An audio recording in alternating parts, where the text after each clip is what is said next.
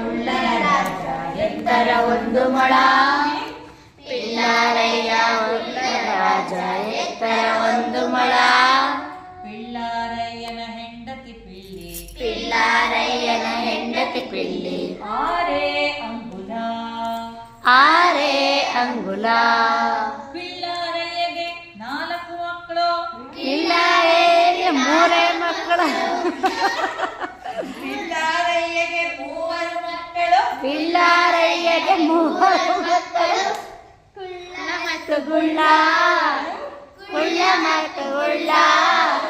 ಪುಳ್ಳ ಮತ್ತು ಗುಳ್ಳ. ಮೂರನೆಯವನ ಹೆಸರೇನೆಂದರೆ.